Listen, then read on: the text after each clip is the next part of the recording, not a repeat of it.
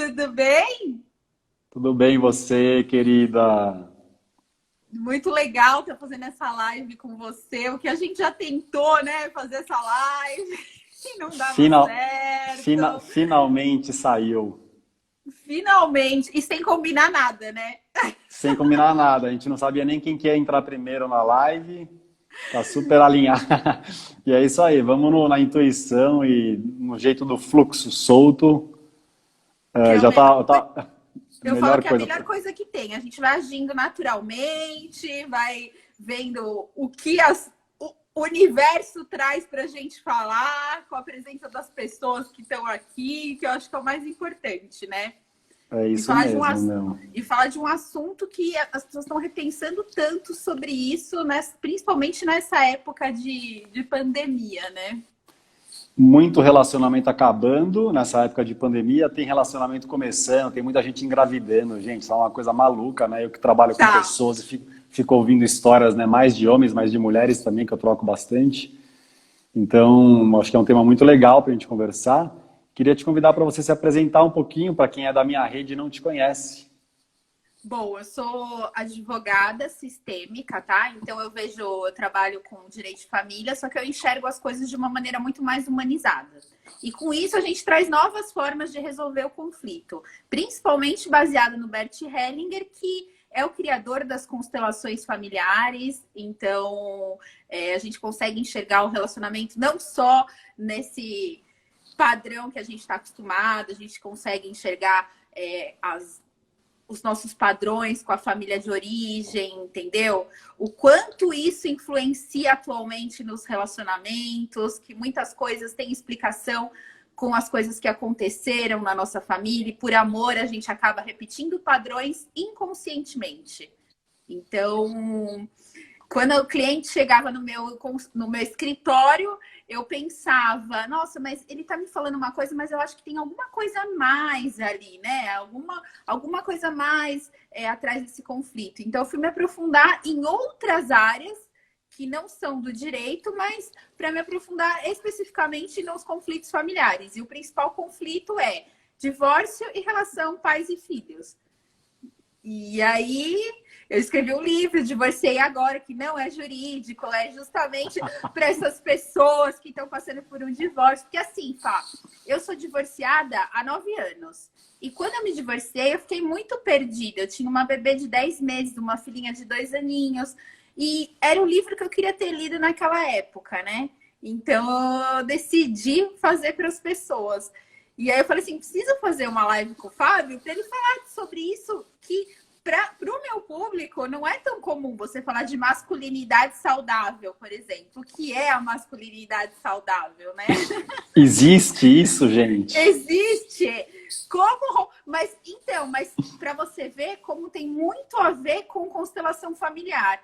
Porque se os homens trazem padrões de comportamento das pessoas da sua família que vão se repetindo e você vai fazendo isso inconscientemente com o intuito de pertencer para sua família, como romper esses padrões que o Bert fala, que a gente tem que romper e ter a nossa má consciência, que é não seguir a família.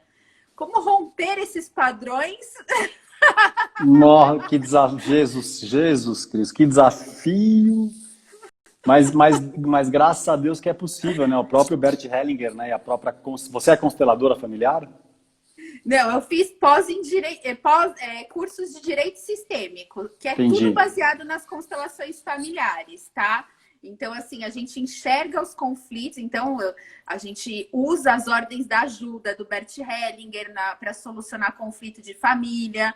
Então, não é simplesmente chegar e fazer um divórcio. Você tem que deixar aquela família saudável, aquelas pessoas saudáveis para continuar a vida delas. Porque o divórcio, ele acaba com o casamento, mas ele não acaba com a família. A família vai continuar num novo formato, né? E as pessoas têm que estar preparadas para isso, né? Isso tem que estar saudável, tem que estar recuperada, que não é fácil, é uma coisa que não deu certo, que elas queriam muito que desse certo. E, infelizmente, aconteceram coisas que não deu, entende? E tem que recuperar isso para que essa família continue separada, mas os filhos vão conviver nas duas casas, então não tem jeito, né? É isso mesmo.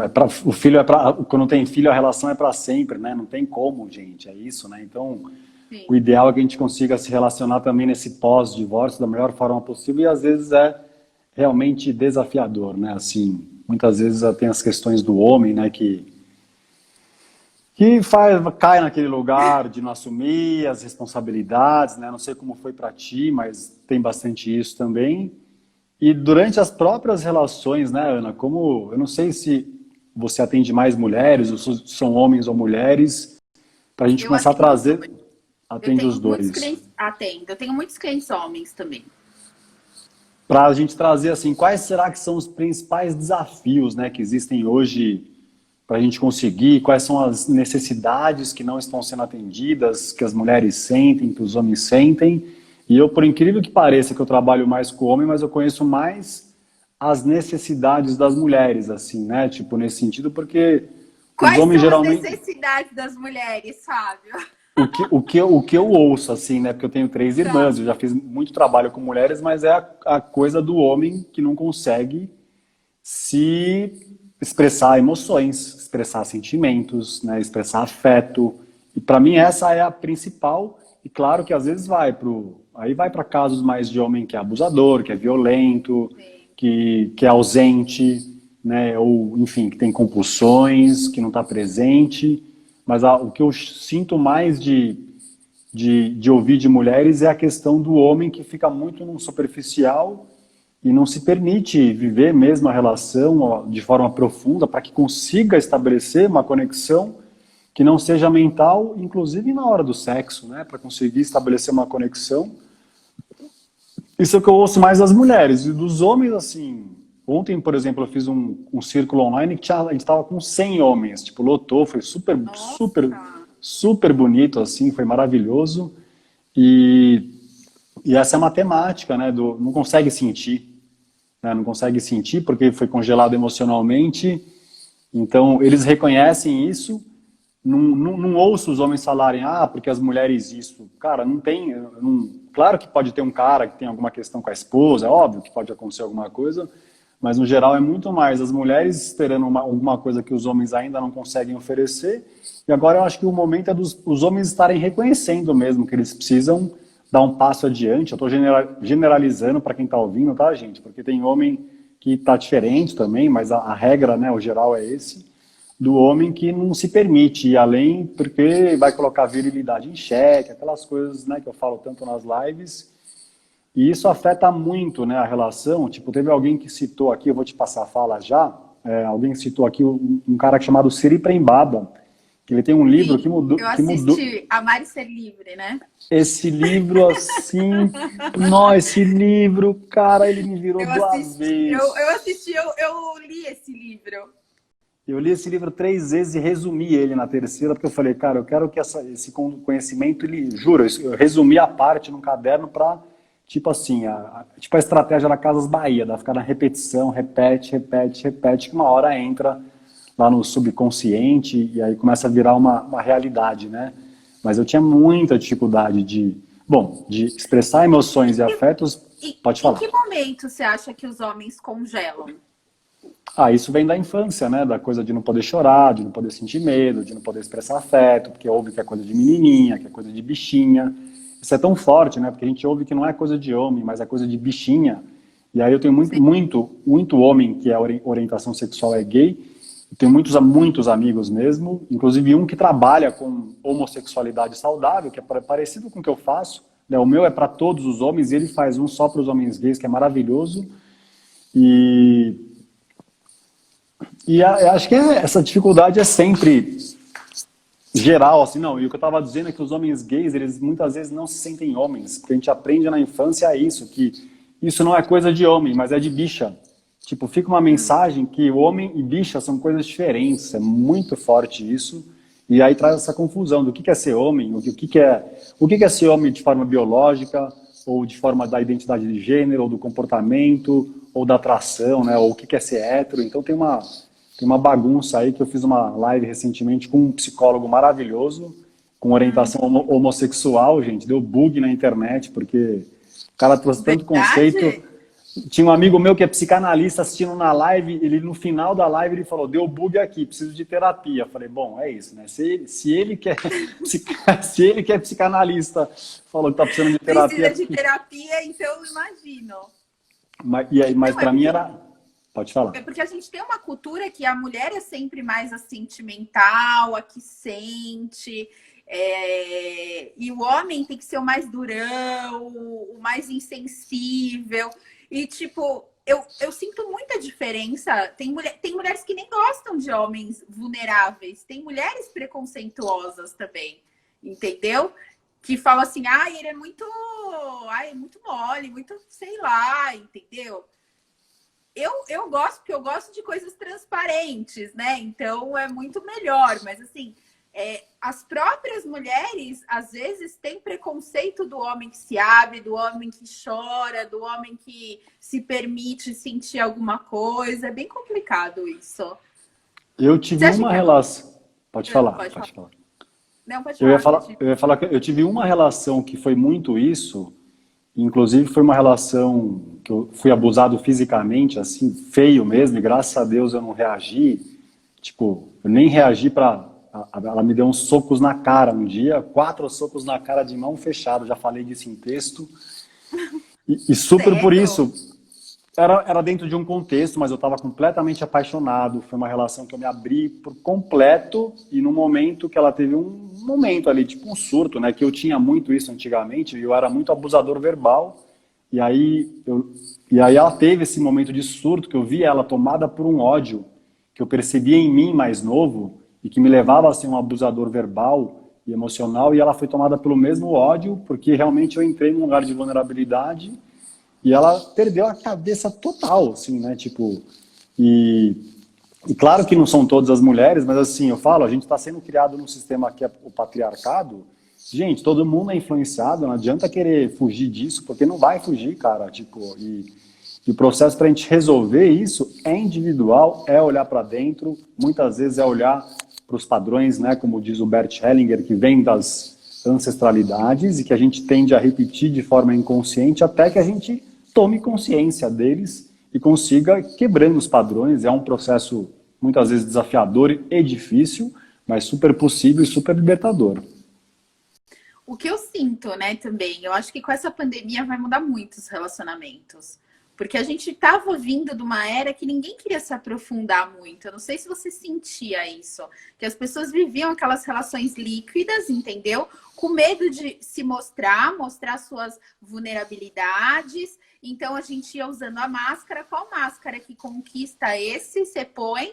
E depois aquela máscara não se sustenta. Você não tá feliz, a pessoa não tá feliz, ninguém tá feliz. Você falava uma palavrinha, tchau, entendeu?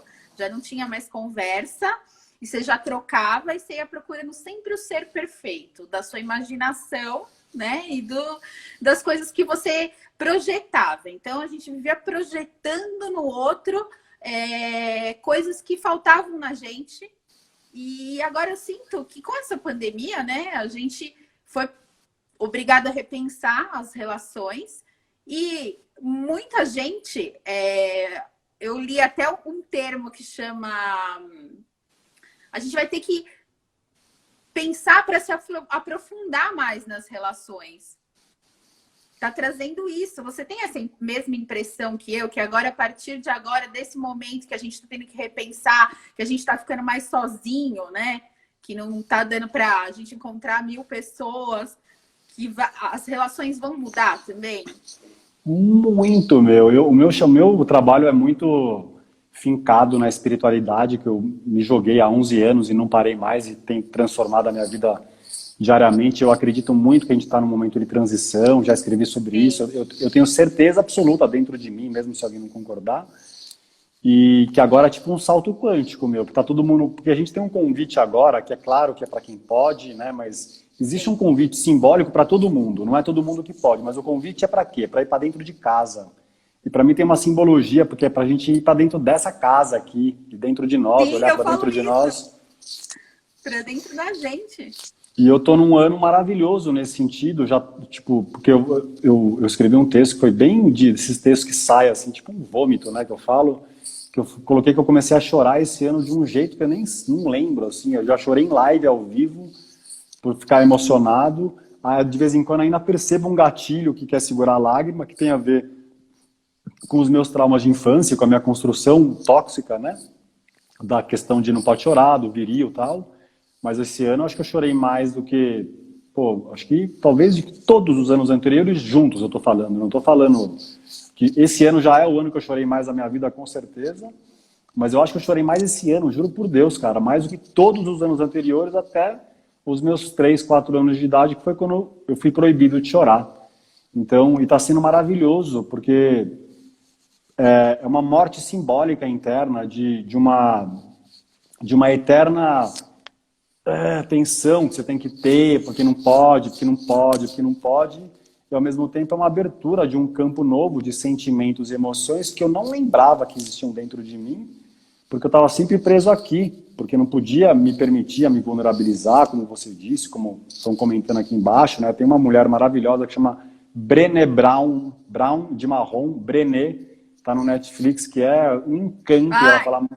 Ela fala muito de vulnerabilidade. Sim. E eu tenho recebido, quando eu postei esse texto, eu recebi uns directs de outros homens falando que tem chorado. Teve um cara que falou, cara, eu tô chorando esse ano, eu não lembro de ter chorado na minha vida inteira. Eu até dei um print screen no direct dele, eu vou botar no stories depois, porque é isso. E ontem no grupo com 100 homens, vários caras falando, gente, tem alguma coisa acontecendo, porque eu tô muito emotivo, eu tô muito sensível. E é isso, gente, é para a gente poder salvar a humanidade da extinção, porque a gente, né, dependendo do olhar, a gente está caminhando para a extinção por guerra, violência, desmatamento, natureza, corrupção. E para a gente poder resgatar isso e se salvar é através da sensibilidade, do sentir, da empatia, né? Para a gente parar de machucar o outro, tem que sentir empatia pela outra pessoa. E para poder sentir empatia, você tem que sentir só. Tem que começar a sentir, que é um desafio de muitos homens, e eu sei que é de mulheres, por amigas que eu tenho que me falam, inclusive mulheres que são... A gente também foi criando capas, entendeu? Armaduras, então eu falo até por mim, entendeu? A gente vai criando com as nossas experiências, com as nossas decepções, com as nossas projeções, a gente vai criando coisas. Eu acho que é exatamente isso. Eu comecei a sentir no começo do ano, aconteceu uma coisa muito engraçada comigo. Eu sempre fui muito intuitiva, eu tenho 43, eu trabalho minha espiritualidade desde os 19, mais ou menos. Então, assim, eu sempre fui extremamente intuitiva. E no final do ano, no Réveillon, eu tava na praia, sabe quando você vai pular ondinha com as minhas filhas, tal, não sei o quê. E eu senti... uma coisa muito estranha. Eu falei assim, gente, eu falei, esse ano vai ser muito diferente do que qualquer coisa que eu tô acostumada. Entende? Eu senti, e desde janeiro, que meu aniversário foi em janeiro, desde janeiro eu passei a ficar muito mais reclusa. Antes de coronavírus, tudo isso, sabe? Assim, já não quis comemorar, já preferi ficar só com a minha família. Sabe quando você sente que alguma coisa vai mudar? Né? Mesma coisa para... Pode falar. E eu sentia que alguma coisa ia ser diferente, ia ter uma grande mudança. Eu não imaginava que ia ser isso que está acontecendo, tudo isso que está acontecendo. Mas é uma coisa muito louca, porque como se eu já soubesse que isso tudo que a gente está passando e fosse acontecer.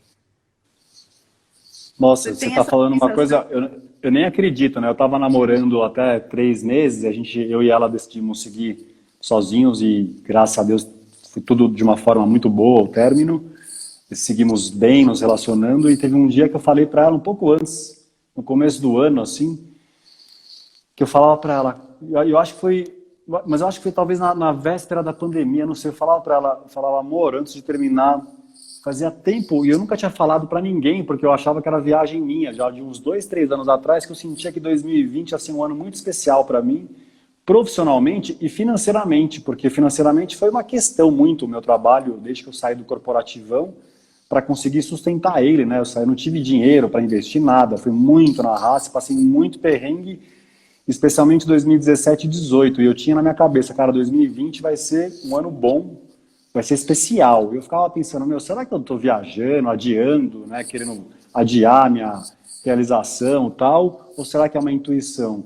E de fato esse ano financeiramente está sendo um ano incrivelmente melhor, por incrível que pareça, inclusive na pandemia, com os trabalhos online que eu estou fazendo, e ao mesmo tempo eu acho que o grande presente desse ano para mim está sendo isso de chorar, porque não é o chorar pelo chorar, mas é o chorar pelo sentir. E eu escrevo uma coisa já faz um tempo, que eu escrevo em textos, de vez em quando, uma frase que me veio, que é: uma vida sem sentir é uma vida sem sentido.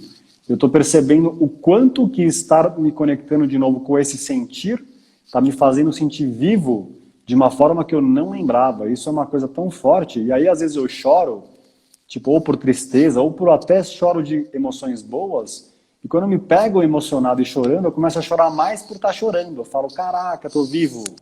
Sabe? Aí eu choro por estar chorando, eu falo, porque eu tô vivo de novo, cara. Quanto tempo fechado. E isso está diretamente relacionado com esse trabalho que eu faço, né, com os homens, porque eu faço por mim, especialmente também. Que eu comecei acho muito por mim. importante, né?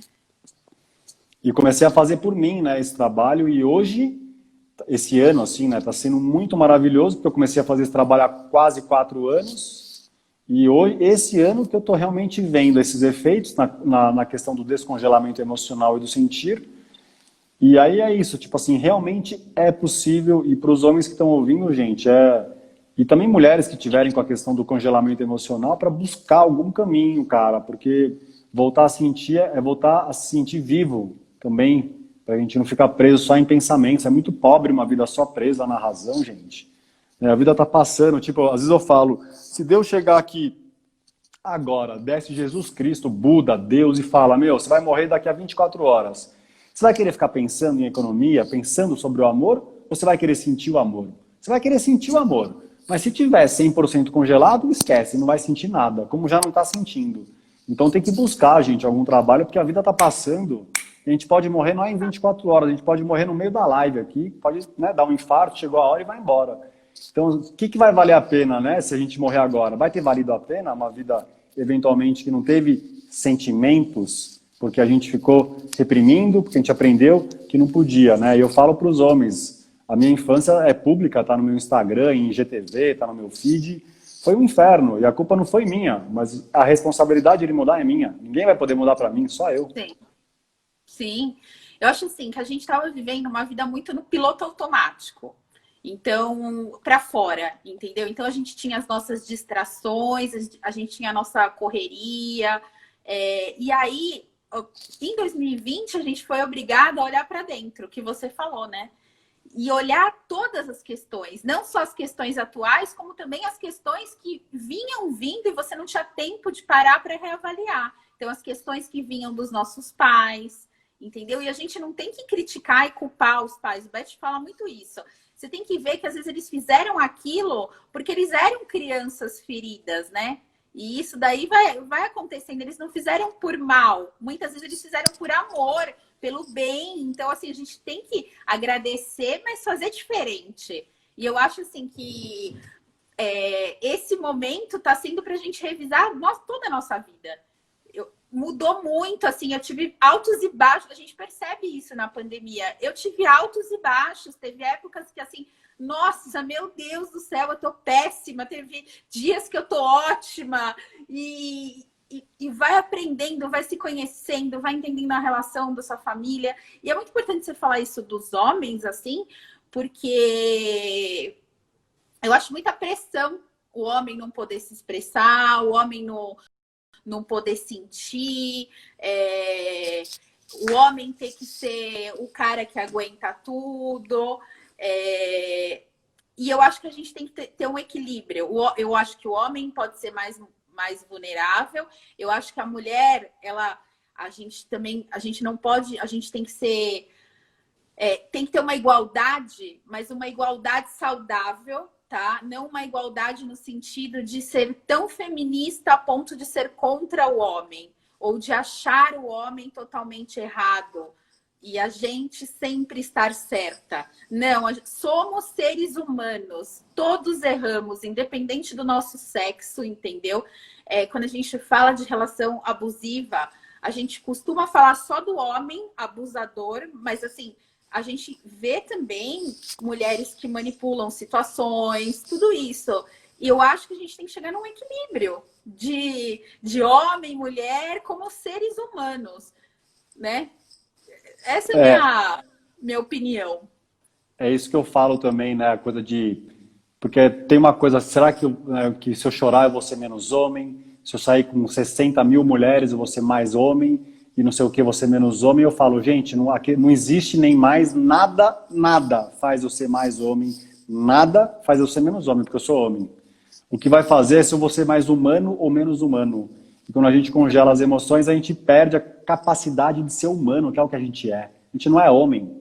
Homem é o meu gênero, ou é a minha identidade, ou é o meu sexo, né, o meu corpo físico, a minha biologia, mas eu sou humano.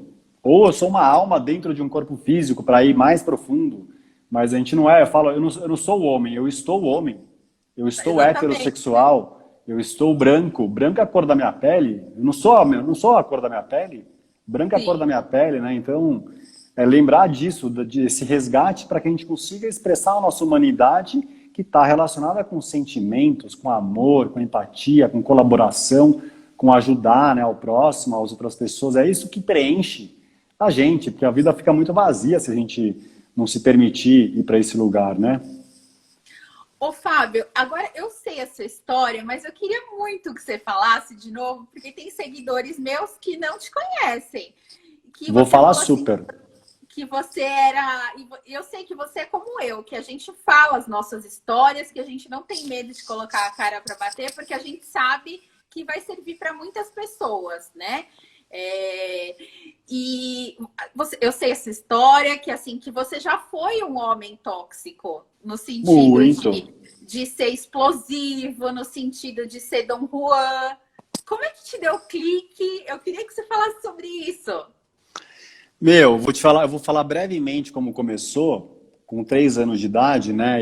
Meu pai, que eu amo, me dou bem, ele me autoriza a falar sobre isso, gente, porque ele sabe da importância, porque ele também percebeu que ele errou, como erraram meus avós com ele, e os bisavós e assim por diante, né? Então a ideia não é culpar meu pai, para quem está ouvindo, mas com Sim. 3 anos de idade, quando eu chorava, com medo do bicho-papão, meu pai ameaçava me bater com um chicote de boi, né? Ele pegava o chicote na mão, eu estava dormindo no escuro, deitado na cama, ele falava, engole o choro, senão vai ter, com uma expressão facial de ódio, que eram noites repetidas, a minha mãe não sabia disso, ela não percebia, porque eu falei com ela adulto sobre isso, há 10 anos, conversei com a minha mãe, e esse foi um ponto. Eu tive outros pontos fortes, mas esse talvez tenha sido um dos principais, porque era um sentimento de, tipo, meu pai pode me matar porque eu tô chorando. Aí eu comecei a congelar emocionalmente.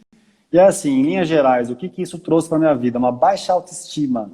Que eu posso estar enganado porque eu não sei exatamente o que está dentro das outras pessoas, mas eu nunca senti que alguém acessou um lugar de tão baixa autoestima como eu. Muitos pensamentos suicidas, né? Assim, e para quem está ouvindo, gente, né, 80% do suicídio é o homem que comete. Depois pode procurar no Google, porque a Organização Mundial de Saúde fala disso. O ano passado tivemos um suicídio de homens a cada 40 segundos. Foi a segunda principal causa de morte entre os homens. Importante, para quem não sabe, para entender que tem um problema. Né? Não é à toa, ninguém está se matando porque está feliz. O pessoal está se matando porque ela está vivendo um inferno dentro dela e está relacionado com as dores emocionais que ela não se permite expressar. Então, e aí eu vivia com muitos pensamentos suicidas, baixa autoestima crônica e um comportamento disruptivo em relacionamentos amorosos, que eu sempre fui muito carinhoso em relacionamentos amorosos, muito cuidador, eu sempre tive isso, porque eu cresci com minha mãe, com minhas irmãs, aí meu pai depois ele morava muito longe, quase a vida inteira, então minha coisa era muito com mulher, né, muito mulher perto de mim, mas de repente nos relacionamentos virava uma chave, igual eu falei da mulher que me deu os 4 socos na cara, Sim. porque assim, eu juro por Deus, era a mesma coisa, só que eu não dava agressão física, a minha agressão era verbal, né? Que Legal. eu não vou nem falar o que é pior ou melhor, gente, porque dependendo, né? Se for um tapinha assim, o pessoal dá um tapinha assim, é uma agressão física, e dependendo da agressão verbal, pode ter certeza que a agressão verbal é pior. Ou, claro, que se um cara vai lá e espanca, né? E eu não estou justificando nada, mas assim, às vezes o abuso verbal que eu cometi, emocional, pode ser pior do que um tapinha, Psicológico. um tapinha no braço, que é o abuso psicológico. E eu tinha medo de mim nesses momentos, porque eu me sentia impotente perante o ódio que tomava conta de mim, que na época eu não entendia, assim, mas eu me sentia um monstro, que eu tinha medo de que eu pudesse fazer alguma coisa além daquilo que eu já fazia, que era horrível, tipo de agredir, de fazer alguma coisa mais grave. E, cara, e aí sim, né, para resumir, aí uma hora eu entrei na espiritualidade, no autoconhecimento, eu estava ainda no corporativo, fui fazer um curso de respiração, né, e hoje eu trabalho com atendimento individual, eu nem divulgo muito, porque, e aí é com homem e mulher, mas não é o que eu mais divulgo, porque eu gosto de trabalhos em grupo, mas com essas práticas de respiração, porque mudou completamente a minha vida, de ansiedade, depressão, eu usei muita droga lá atrás, há 20 anos, e aí eu fui largando tudo, os remédios tarja preta, que eu usei todos os tipos que eu conheço, menos para borderline, esquizofrênico, o resto eu fui diagnosticado com todas as outras coisas que eu conheço, de bipolar, depressivo, ansioso, déficit de atenção, e hoje em dia larguei todos os remédios, todas as drogas, fumo tabaco, pouco, fumo tabaco, e o comportamento disruptivo, que ainda era muito presente na minha vida até alguns anos atrás, esse comportamento ele mudou quando eu comecei a fazer o trabalho com os homens, né, esses grupos que eu faço tanto online como presencial, que tenho feito online, que eu falei que eu fiz um ontem, que tinha 100 homens, lotou, e sábado que vem começa o próximo, que aí vai ser um aprofundamento também para se tiver algum homem aí interessado.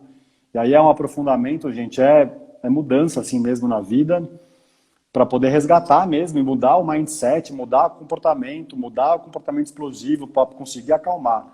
Então, sim, em linhas gerais foi assim a minha experiência e realmente eu acabei de sair de um relacionamento de 1 ano e meio, tivemos desafios, em nenhum momento eu tive que me controlar para não ser explosivo, não veio mais. Então, para mim eu não sei se nunca mais vai vir, né? Mas eu tenho certeza que se vier eu vou saber lidar com aquela explosão interna, a panela de pressão que explodiu, mas eu sinto que não vem mais, porque eu não paro de fazer esses trabalhos com homens, eu sempre me trabalho junto, eu sempre falo de mim, então eu sempre me alivio também.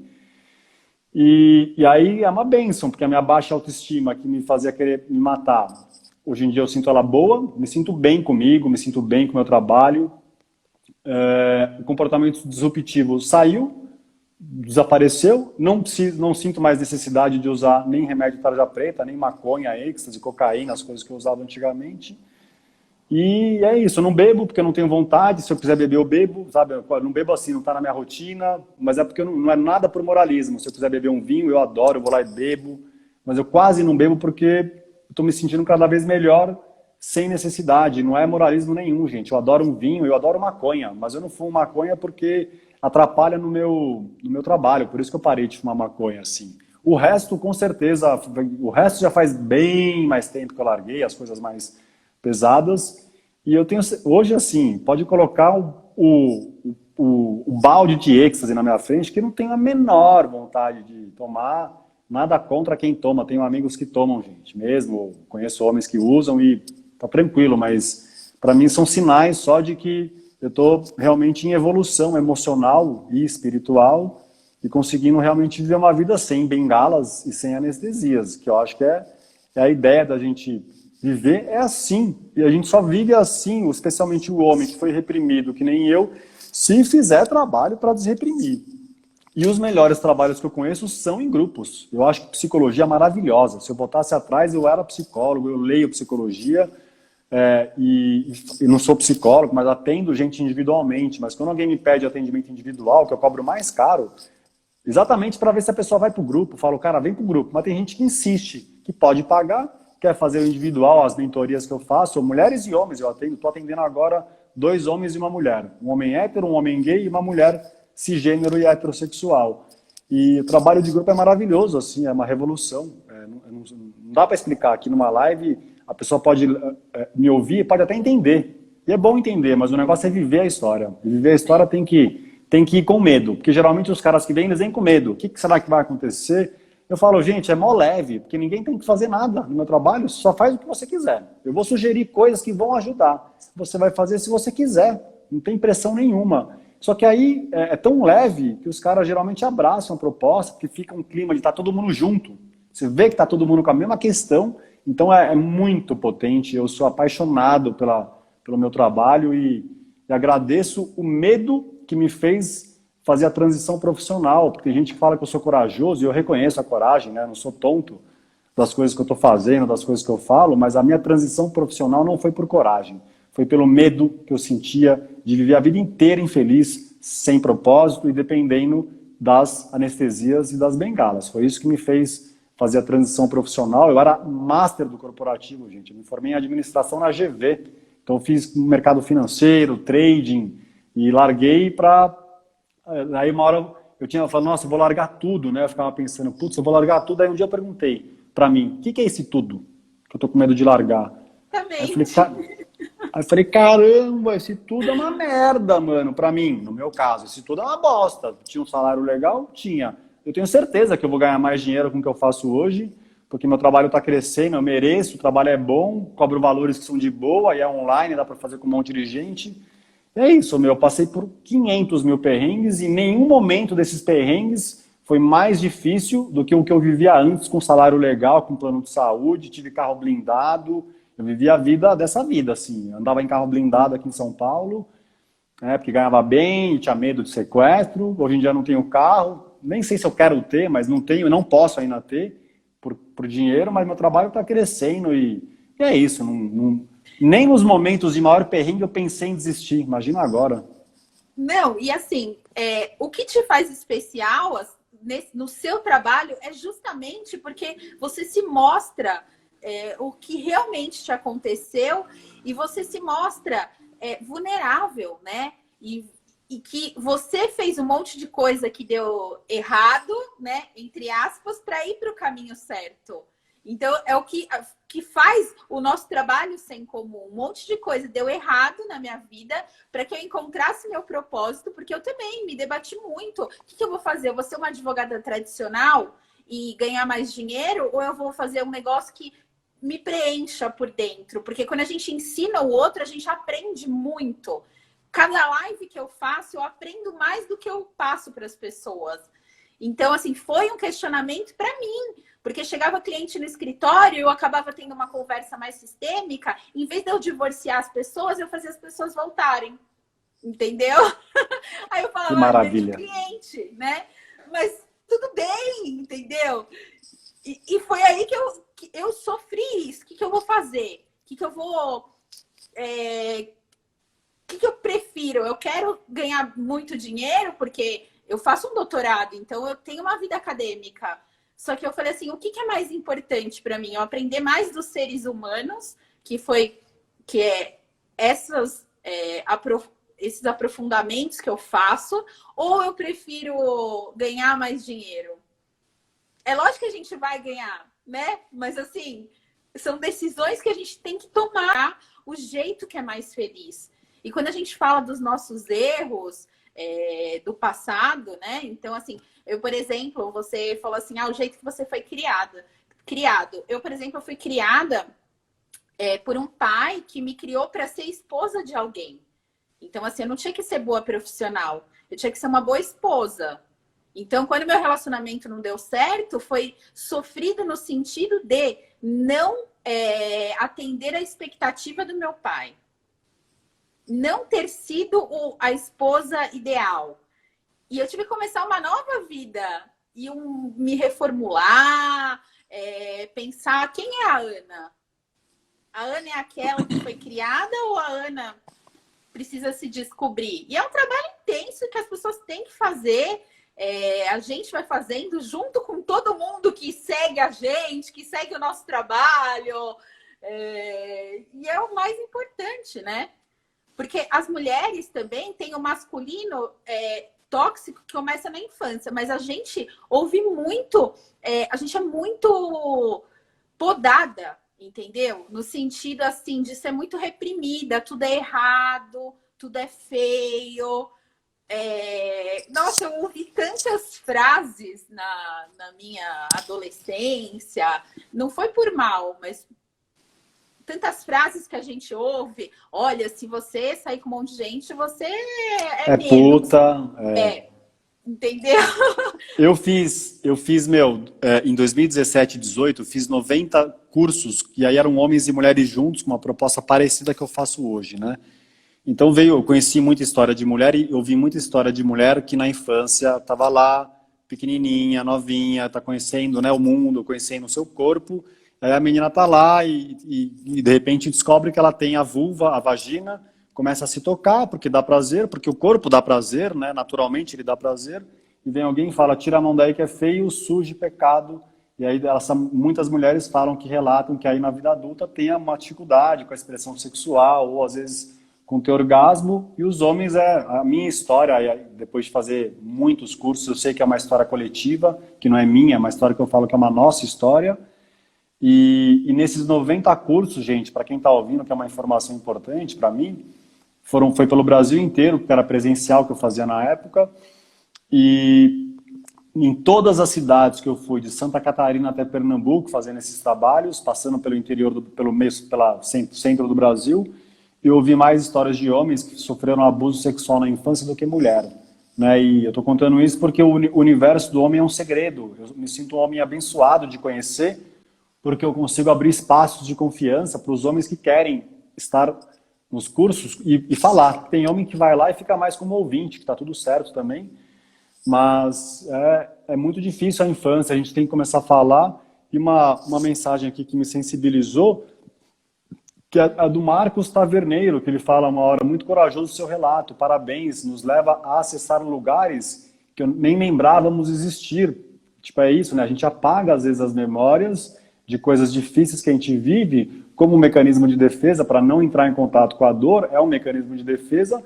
Mas em algum momento, quando a gente se sente mais maduro e pronto, a gente tem que entrar em contato, porque senão a dor ela tá lá dentro. Mesmo se eu esqueci aqui, gente, a dor tá lá e aí somatiza, né? Tipo, e por isso que somatiza inclusive no emocional, por isso que tem muito mais homem alcoólatra, muito mais. Só, gente, entra no Google, quem quiser, quem achar que eu tô querendo inventar informações, né, que eu tô aumentando, muito mais com cirrose, é o dobro de homens que mulher.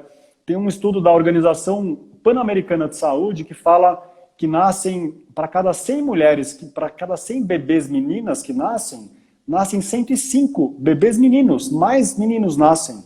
E aí, quando chega na altura dos 80 anos, se eu não me engano, tem o dobro de mulheres do que para cada 100 homens vira 200 mulheres, é mais ou menos isso, tipo assim, nasce mais menino, mas chega com 80 anos, cara, tem o dobro de mulher do que homem, o que está acontecendo com os homens que estão... E hoje em dia... Existe uma pandemia de suicídio, que eu falei na live, é uma pandemia, gente, não sai na mídia, porque o jornalista tem um código de ética, que eu já conversei, já ouvi, que não pode divulgar, porque acha que vai estimular mais suicídio. Eu só estou dizendo que é por isso que não sai na mídia, mas não está dando certo, porque só está aumentando o suicídio. E o ano passado foi a segunda principal causa de morte. Vai no Google, gente, é a Organização Mundial de Saúde, não sou eu. Eu estou só trazendo essa informação e de 15 a 29 anos é a segunda principal causa de morte para homens e mulheres. Vai no Google quem quiser. Então, assim, tem alguma coisa que a gente tem que mudar e isso está relacionado com inteligência emocional, né, que é um dos trabalhos que eu faço, que eu tenho feito mais agora só para homens ultimamente. Então a gente tem que buscar, gente. Aí, mano, sábado que vem, aí vai a última vez que eu vou falar, vem, o link está na minha bio, quem quiser, ou manda direct para mim, mas está na minha bio. Chama Mapa das Masculinidades, ponto alguma coisa, .br. Então vem, porque é maravilhoso, gente. De repente, é um mês de curso, com muita coisa de WhatsApp, e muda a vida. Mudou a minha, e tem mudado a vida de muito homem. E eu acho que os relacionamentos, o tema da live é relacionamentos saudáveis, mas os relacionamentos só são saudáveis quando a gente está saudável. Senão a gente acaba sendo tóxico para o outro, né? A gente acaba fazendo mal para o outro. Por quê? Porque a gente, nas nossas relações, é onde a gente vai refletir as nossas sombras. Então, muitas vezes o outro é o espelho daquilo que está mal dentro da gente. Então, a gente se conhecer, tanto esse teu trabalho com homens, o meu com mulheres que tiveram relacionamentos que não deram certo, faz com que as pessoas passem a ter relações mais saudáveis. O autoconhecimento é a chave, o ponto para que as pessoas tenham isso. E em relação ao suicídio, eu tenho um capítulo do meu livro que eu falo só disso, Fá, que é justamente as pessoas procurarem tantos anestésicos para a infelicidade delas. Então, nunca se vendeu tanto ansiolítico, antidepressivo, álcool, drogas, assim como pessoas que têm várias relações só para não ter que não ter que ficar sozinha com ela mesma, entendeu? Que é uma coisa compulsiva. Então, cada compulsão, cada vício que você tem é sempre um parceiro, né? Um parceiro que você cria ali, que pode ser imaginário, mas que tem algum significado e que você tem que rever isso, né? Por que você está fazendo isso? O que tá te fazendo mal na sua vida? O que está te fazendo infeliz? E as pessoas não têm condições, às vezes, de fazer isso sozinhas. Então, elas precisam de um grupo, de uma ajuda, entendeu? Para conseguir entender o que está de ruim, né? Exatamente, meu. E mandaram uma pergunta aqui no fechado. Primeiro, qual que é o nome do livro? Vai falar uma excelente visão da advogada. É uma querida que me segue. Depois conecta com ela, viu, amiga? Não vou falar seu nome, porque você mandou a pergunta. Divorciei agora, meu livro. Tem na Saraiva, na Amazon, tudo. E não Divorciei é pra quem tá divorciando só. Como eu falo muito de relacionamento, eu falo que é para quem vai casar, para quem já se divorciou. Eu falo muito da relação de pais e filhos. Então, hoje em dia a família não é mais fixa, né? As pessoas terminam os relacionamentos e se relacionam com pessoas que já têm filhos de outros relacionamentos. É importante você respeitar essas relações de quem veio antes, entendeu? De não ter competição com aquele relacionamento anterior, é honrar, entendeu? Todos os relacionamentos são importantes para a nossa vida, né? Todos os relacionamentos nos trazem aprendizados. Por pior que tenha sido, você aprendeu alguma coisa. Então você tem que agradecer até pelas coisas ruins, porque te transformou na pessoa que você é hoje, que é o mais importante, né? A gente não seria quem a gente é hoje, a gente não estaria falando o que a gente fala hoje, se a gente não estivesse passando por um monte de coisas. Então, é importante as pessoas terem noção disso. Então, ficar preso ao passado, falando mal, ou se lamentando por pessoas que já foram, já passaram. Não, vai lá, conversa com o Fábio, conversa comigo, se resolvem, né? Que tá tudo certo. É isso. A gente está aqui para aprender, a gente está aqui. Isso aqui que a gente está vivendo hoje é uma viagem, entendeu? A vida é muito maior do que isso, muito maior do que para quem acredita em outras coisas, né? Do que essa pequena fração que a gente está aqui agora. Exatamente. E aí você me trouxe uma frase, porque eu sou um homem hétero. Gente, eu sou um homem hétero e eu sou apaixonado por outro homem.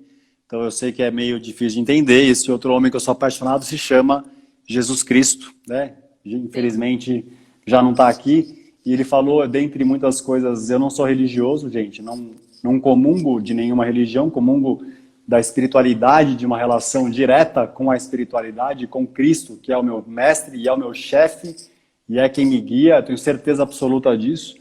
E dentro de tudo que ele trouxe, ele fala, a gente tem que amar o próximo como a gente ama a si mesmo. Só que a gente só vai conseguir amar o próximo quando a gente realmente amar a si mesmo. Aí eu trago uma frase do Freud, tem uma psicóloga aqui querida comentando, que ele fala da projeção, né? E tem uma frase muito bonita, ele fala, quando Pedro fala de Paulo, a gente sabe mais de Pedro do que de Paulo, que é a projeção. E, porque qual que é o ponto? Aquilo que a gente odeia na outra pessoa é porque eu odeio em mim, porque eu estou reprimindo, porque eu estou renegando, seja na minha sexualidade, na minha sombra, a minha inveja, a minha culpa, a minha gula. Cara, tem, né, tudo que a gente reprime dentro de nós, que a gente odeia em nós, porque a gente aprendeu que era errado, alguma coisa a gente odeia no outro. Então, para essa frase de Jesus Cristo, cara, que é linda, homem abençoado que veio aqui, e hoje nem é mais homem, né? Hoje é um ser de luz aí que guia o nosso planeta. A gente tem que olhar para a nossa sombra e abrir as vulnerabilidades, os aspectos que a gente renegou, porque a gente tem, pelo julgamento, né, o chicotinho, que a gente não quer ver a nossa parte sombria. A nossa parte sombria quer ser olhada. É isso que ela quer. Gente, que eu falo é levar a luz para o quarto escuro que nos habita. A nossa cura vem da gente olhar as nossas sombras, que a gente tem, né? E eu falo, independente de religião, eu falo que Jesus, ele foi o maior psicólogo da história. com os ensinamentos dele. O cara era tão inteligente que ele sabia que a gente não tinha discernimento para entender o que ele já sabia, que ele falava até por parábolas pra gente. Porque naquela época a gente não ia entender o que ele queria passar. E assim, se você pegar as coisas que ele fala, você amar o próximo como a você mesmo, você fazer aos outros o que você gostaria que te fizessem, você usando isso na vida, você consegue ter uma paz. Ele conseguiu falar pra gente de um jeito fácil que depois de tantos mil anos você consegue entender o que ele quis dizer, né? E infelizmente ainda existe muita resistência com a espiritualidade. Não sei o que as pessoas ainda estão. Gente, experimenta, gente. Vai fazer uma meditação um dia. Tem 1 trilhão de meditações. Tem meditação que você não vai gostar, tem meditação que você vai gostar, que vai te acalmar, com técnicas de respiração ou com sons. Cara, tem um monte. Então, ou yoga, né? Eu falei de meditação, mas assim, yoga, respiração, é uma infinidade hoje de ferramentas que chegaram. Porque você tiver mais afinidade, né? Tem para umas pessoas funciona melhor uma coisa, para outras outra. Então... Exatamente. Eu fiz várias formações terapêuticas e tem coisa que eu não uso, porque o que eu uso mais individualmente são os trabalhos de respiração, que foi o que matou minha ansiedade. Eu era ansioso crônico, eu tomava... Gente, eu era antidepressivo com ansiolítico, com estabilizador de humor e com Ritalina. Eu tomava maconha... E para bipolar, eu tomava trilepital para bipolar. Eu lembro dos nomes, gente. Eu poderia falar aqui que o farmacêutico me amava. Ele mandava até presente de aniversário, quando eu fazia aniversário. Eu falo brincando isso, né? Porque eu era tipo cliente VIP. Tinha cartão da farmácia. Ela chegava lá, os caras abriam champanhe, né? Já para me amolecer. Ó, leva esse aqui também, vamos experimentar. E tipo, cara, e é isso, né? E para os homens você aí, ó... anestesiado. Era o dia inteiro, amiga. Eu acordava e tomava o bom dia. O bom dia era um ansiolítico para acalmar, com um estabilizador de humor, para não ficar bipolar, oscilando. E realmente tinha oscilação pra caramba. E hoje em dia eu tenho oscilações mais leves, assim. Eu tenho oscilações que eu vou falar que são normais. Não sei se normal não é muito bom, mas eu tenho oscilações que eu levo numa boa. Fico triste, às vezes choro. Eu acho que todo mundo tem, não tem como. A gente está aqui para aprender, entendeu? Tem horas que a gente está bem, tem horas que a gente tem os nossos conflitos internos e não tem como você estar todo dia perfeito, equilibrado, senão a gente nem tava aqui mais, né? E a gente encarar isso, que se a gente não estiver bem, tá tudo bem também, não tá bem? Isso. Eu acho que ajuda, entendeu? Tipo, hoje eu não tô bem. Tá bom, você não tá bem e tá tudo bem também. Entendeu? O duro é assim, essa cultura que estão criando que todo dia você tem que estar bem. E não é todo dia você tem que estar bem. E tem uma frase que para mim ela é exatamente o que você trouxe também. Eu escrevi um texto lindo também, lindo assim, a foto era muito bonita, tá? Tá tudo bem não estar tudo bem, era bem isso. E tem uma frase que eu aprendi no primeiro curso que eu fiz de respiração, de meditação há 11 anos, que fala: tudo que resiste, persiste. As emoções, elas têm a natureza da impermanência. Ninguém sentiu o mesmo medo o resto da vida. Uma hora o medo passou. É impermanente. A tristeza vem, passa. Quanto mais a gente se permite realmente viver, tô com medo, fala, pelo menos fala. Tô triste, se permite, sente, fecha o olho, porque uma hora vai chorar, e chorar é processo de cura. Então, quanto mais a gente se permitir não resistir, e não resistir é aceitar. Aceitar, não tô bem hoje. Tô a fim de não fazer nada, ou se você tem que fazer as coisas, você vai fazer, mas eu não tô bem, tô triste, tô com medo, tô inseguro, tô ansioso, tô estressado, tô com raiva, tá tudo bem. Que aí é começar a tirar as máscaras para ver o que tá por trás das máscaras, para poder liberar essas coisas mais rápido, aí a gente começa a ficar cada vez mais leve. Sim, quanto mais, é o que você falou, o Bert falava isso também, tudo que você resiste, você atrai, entendeu? Para você. Se você não quer aquilo, é como se você já tivesse aquilo, né? Você não quer sentir aquela dor. Então, aí você, por não querer, você sente. E é assim. É assim, meu. Então, Quando a gente percebe essas coisas, né? A gente começa a aceitar a vida como ela é. Exatamente. O que a gente está fazendo aqui é uma semente, né? E graças a Deus, muitas outras pessoas plantando essa mesma semente, que é a mudança do paradigma completamente. Eu fiz uma live uma vez com uma psicóloga maravilhosa E aí eu falei para ela assim, falei, Ana, ela chama Ana Luísa. Eu falei, do que eu ouvi de homens e mulheres nos grupos que eu fiz em 2017 e 2018, é assim, para a gente ter uma sociedade livre, tem que deixar a menina de perna aberta na infância sem reprimir, encostando na vagina sem reprimir, se tocando sem reprimir, e deixa o menino chorar, deixa o menino expressar a emoção. Assim, o geral vai ter exceção, vai ter mulher que foi reprimida emocionalmente, homem que foi abusado sexualmente, mas no geral a gente, e para mudar isso é um paradigma que é milenar, né, gente? Porque aí a coisa da mulher vem aquela questão de mulher prostituta e santa. Putz, e aí assim, dá para fazer live uma atrás da outra, para falar de pornografia, quanto que faz mal, quanto que impacta nos homens, com ejaculação precoce, com um monte de fantasia sexual maluca. Então, é uma mudança de paradigma que a gente está plantando semente e é isso, a semente já está florescendo e está acontecendo. E sabe que eu lembrei? Sabe que eu lembrei agora de como eu te conheci? Porque você fez uma live com uma pessoa que foi muito importante na minha vida, que foi a Tati Alencar. Ai, minha amiga querida, ela ama a Tati, irmãzona, Eu falo master. que a minha vida mudou, muita coisa da minha vida mudou, veio agora na minha cabeça. E depois eu vou até mandar essa live para ela ver, porque eu falo para ela que a minha vida mudou foi quando eu fiz uma leitura de aura com ela. Na época que ela ainda estava casada, que ela tinha ido para a Índia, que ela tem uma história maravilhosa, né? Ela é uma mulher que, meu Deus do céu, é maravilhosa. Foi mudando, ela também fala assim de um jeito assim, as coisas que ela sente, ela é uma pessoa super transparente, ela é um exemplo desse negócio que ela colocou o silicone, depois tirou o silicone, é sensacional. E a gente vai repensando a nossa vida de ver as outras pessoas, né? Exatamente. Eu amo a Tati. A gente ia fazer um retiro agora em junho juntos em Alto Paraíso. Aí a pandemia adiou, né, para algum outro momento. Mas é irmãzona, querida e nossa, sou super fã dela. Ela é maravilhosa, meu. Eu também. Eu também. Ô, querida, estamos no último minuto. Você quer? Eu ia falar isso.